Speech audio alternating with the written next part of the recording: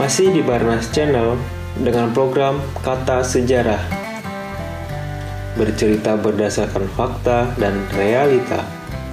Menyuguhkan cerita lama dengan suara yang tak biasa. Cerita ini aku persembahkan untuk kalian para peminat sejarah yang tidak punya waktu untuk membaca, dan terkhusus kepada pemirsa sekalian yang sedang mengalami insomnia. Mengapa demikian? Apa sih hubungannya sejarah dengan obat insomnia? Ya, ini sih pengalaman saya saja. Karena sampai sekarang katanya pelajaran sejarah itu bisa untuk alat menghipnotis para siswa.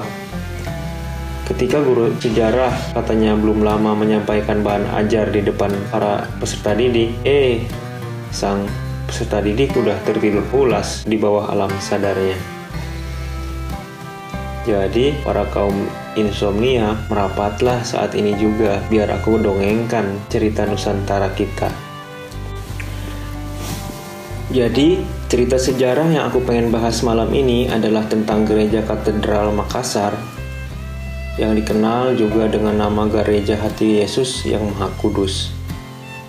Didirikan pada tahun 1898 silam, sehingga menjadikan gereja umat Katolik ini menjadi gereja yang tertua di kota Makassar, bahkan termasuk yang tertua di seluruh wilayah Sulawesi Selatan. Ini kata sejarah ya guys. Dan ngomong-ngomong, dari kalian sudah ada yang pernah ke Makassar belum nih? Kalau aku sih saat ini sedang menjelajah Makassar, tetapi lewat virtual.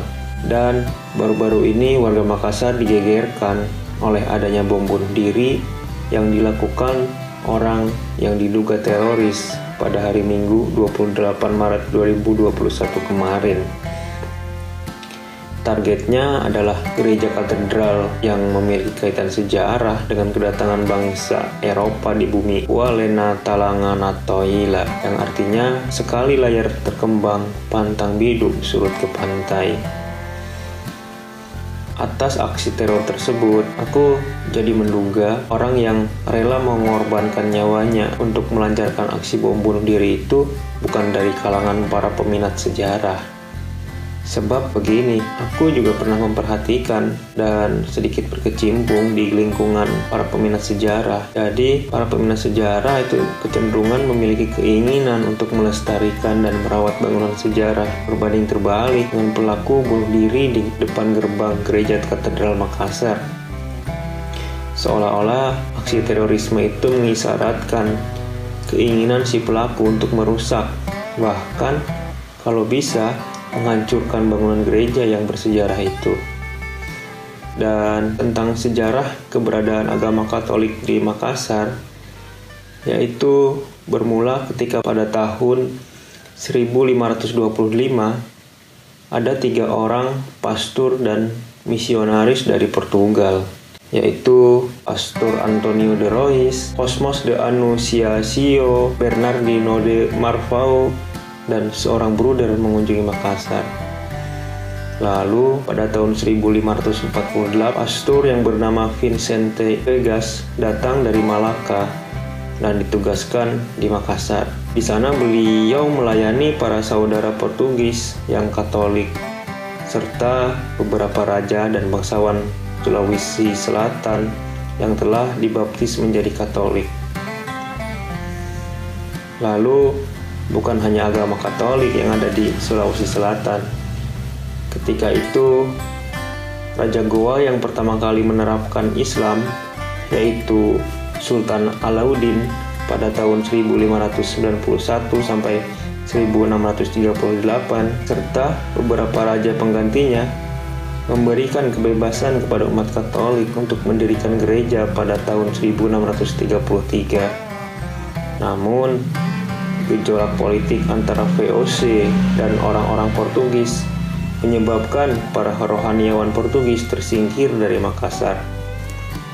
Ditambah lagi jatuhnya Malaka ke tangan VOC dan perjanjian Batavia pada 19 Agustus 1660 menyebabkan Sultan Hasanuddin diharuskan mengusir semua orang Portugis dari Makassar.